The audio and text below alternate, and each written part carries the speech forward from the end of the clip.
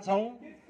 जन्तर मन्तर भन्दाखेरि नै मलाई जादु जस्तो लाग्छ र हामी यो प्रजातान्त्रिक देशको जादुभित्र बेला बेला भुल्लिने, भ्रमको शिकार हुने मोहरा जस्ता बेला बेला आइबस्नुपर्छ। 3 वर्ष 4 वर्षको फरकमा सन् 2017 साले आन्दोलन सांस्कृतिक कर्मीको हिसाबमा यही जन्तर मन्तरमा आएर गोर्खाल्यान्ड भन्दै कराएको थिए। अहिले फेरि 4 वर्ष पछाडि र हुन सक्छ यो गाडे घाउको उपचार भएन भने फेरि हाम्रा छोरा छोरीहरू पनि, हाम्रा नात पनातहरू पनि 4-4 वर्ष पछाडि यही आउनेछन् र यहाँनिर हुन सक्छ तपाईहरु कोही गोजमोमो, कोही गोरा मोमो या कुनै पनि राजनैतिक दलसित सम्बन्धित हुनुहुन्छ। तपाईहरुको मुटुमा ढुकढुकिने माग, आस्था, विचार, विश्वास भनेको गोर्खाल्यान्ड मात्र हो। हामी बीचमा त्यो गोर्खाल्यान्डको सागु बनाएर हामी यहाँनिर उभ्ने अनि आवाज दिने काम छोड्नु हुँदैन भन्ने यहाँ आह्वान गर्छु र 17 सालमा हामीलाई छोडेर जाने हाम्रै नेताहरूको पनि बेला बेला कन्सिरी समात्ने काम राजनैतिक दल भित्रका समर्थकहरूले पनि गर्दै गर्नुहोस् भन्ने पनि यहाँबाट आह्वान गर्दछु। किनभने हामीले 17 सालमा देख्यौं कि जनता हारेन, हाम्रै बेला बेला सुविधा भोगमा रमाउने हाम्रै मान्छेहरूले खुट्टा यताउता गरेको देख्यौं र हामीले हाम्रो अभिभावक पाएनौं। हामी अब राजनैतिक दल होइन, एउटा राजनैतिक संगठन जसले गोर्खाल्यान्ड मात्र भन्न सक्छ र गोर्खाल्यान्ड मात्र माग्न सक्छ त्यस्तो संगठन बनाएर आयौं र यो सानो भेलामा यहाँहरू सबैलाई जुझारु अभिवादन। हाम्रो आन्दोलन, हाम्रो संग्रामलाई निराश बनाउन सक्छ, केही बेर हाम्रो संग्रामलाई पराजित गरेको जस्तो पनि लाग्न सक्छ। अहिलेको परिस्थिति झण्डै त्यस्तै खाले पनि छ, तर सधैँभरि त्यस्तो रहँदैन।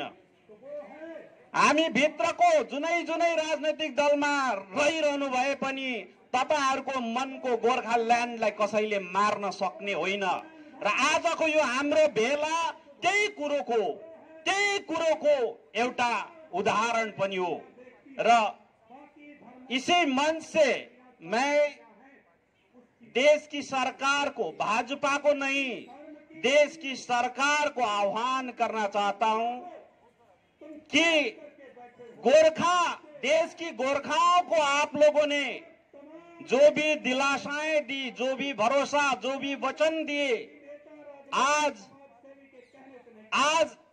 उनको संबोधन करने का वक्त आया है। हम लोग दार्जिलिंग से बिना कारण यहाँ पे आए नहीं हैं।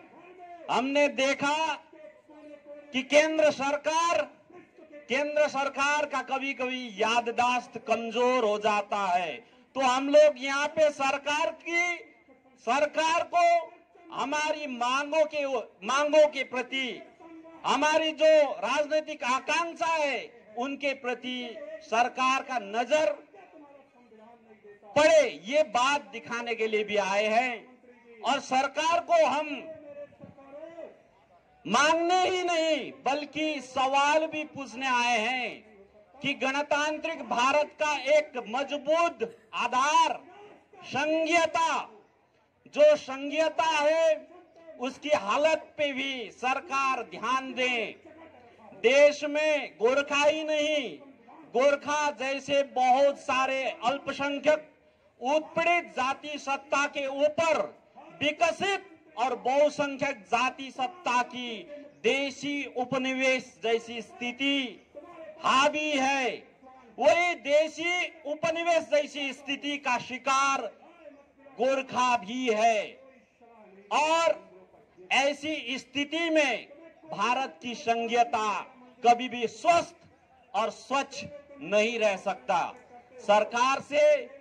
सरकार से हम सवाल करेंगे कि अगर ऐसी छोटी जातियां, अल्पसंख्यक जातियां मार्जिनलाइज जातियां हर वक्त अपनी मांग लेकर जंतर मंतर में बरसों बरसों तक खड़ा रहना पड़ा, तो देश की संविधान की, देश की संघीयता का हालत क्या होगा, ये आपको खुद सोचना चाहिए। हमेशा झूठ बोलकर समस्या को कुछ देर तक, कुछ वक्त तक रोक के रखा जा सकता है, लेकिन उसका समाधान, उसकी निकास झूठ में कतई नहीं है। झूठ कभी भी सच्चा समाधान नहीं हो सकता। और देश की गोरखा आपके ही वचनों को आपको याद दिलाने के लिए आज जंतर मंतर में आया है। र साथीहरु, हामी सरकारसित अब भीख माग्ने समय छैन। हामीले देखिसकेका छौं, भारतका आजका मात्र नभएर उहिलेदेखिका नेताहरूले गोर्खाहरूलाई सपना मात्र देखाए र हामीले पनि सपना देख्ने बानीलाई हामीसित हुर्काएर ल्यायौं। तर अब सपना देख्ने मात्र होइन, गोर्खाले कहिले काहीँ स्वाभिमानी राजनीतिलाई पनि अब अगाडि बढाउनु पर्ने रहेछ। अब हामीले हाम्रै नेताहरूमाथि मात्र भरोसा गरेर हुँदैन रहेछ। हामीले सरकारलाई जनताको रूपमा, विभिन्न संघ संस्थाको रूपमा पनि विभिन्न रूपमा सवाल उठाइरहनु पर्ने रहेछ। यो उत्तरदायित्व र जिम्मेवारी तपाईं हामी सबैको हो भन्ने कुरालाई लिएर हामी यहाँ दिल्लीमा आएका छौं। र दिल्लीमा आएर केही पनि सायद अहिले नहोला, केही पनि नहोला, अझै पनि हामीलाई संघर्षको निम्ति केही वर्ष लाग्ला, केही काल लाग्ला। तर हाम्रो यो सानो सानो कोसिसले हाम्रो सपनाको घरलाई आशा दिने काम गर्छ। यसलाई मर्न दिँदैन। हामी माथिको दायित्व भनेको हाम्रो साझा सपनालाई जिउँदो राख्नु हो।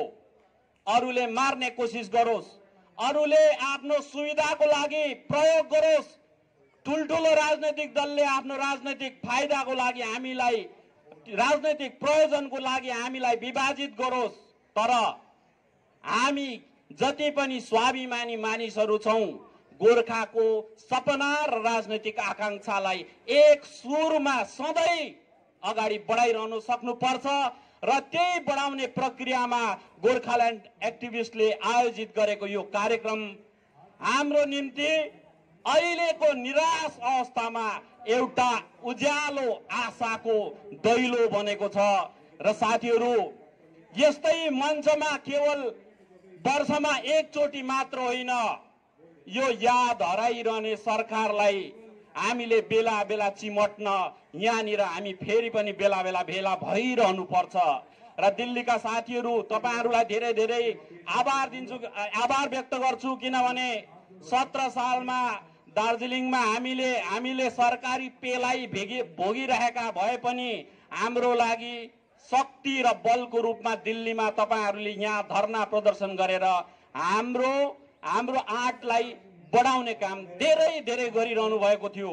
र त्यो आत्मबल, त्यो आशा, त्यो उत्साह आजको दिनमा केही तल परेको जस्तो हामीलाई भान हुन्छ, तर यो सधैँभरि त्यही स्थितिमा रहनेवाला छैन। र यहाँहरूले भविष्यमा पनि त्यो आवाजलाई जुनै रूपमा पनि, सानो रूपमा ठूलो रूपमा अगाडि बढाइरहनु भयो भने यो स्वाभिमानी आवाज दार्जिलिङमा पनि, दार्जिलिङका स्वाभिमानी जनतासम्म पनि सधैँ सक्रिय र जीवित रहनेछ। अब 17 साल पछाडि हामीले सिकेको जानेको एउटा कुरा के छ भने, यदि गलत गर्छ नेतृत्वले भने बरु त्यो नेतृत्वहरू एक्लो पर्छ, त्यो नेतृत्वहरू पराजित हुनुपर्छ, त्यो नेतृत्वहरू विभाजित हुनुपर्छ। तर गोर्खाल्यान्डको सपना देख्ने जनता विभाजित हुँदैन। र अहिले दार्जिलिङ कालेबुङमा नेताहरूलाई जनताले अप्रेल फुल बनाइराखेको स्थिति छ। र यो किन हुँदैछ भने यो गोर्खाल्यान्ड मागको बल हो, यो गोर्खाल्यान्ड मागको शक्ति हो।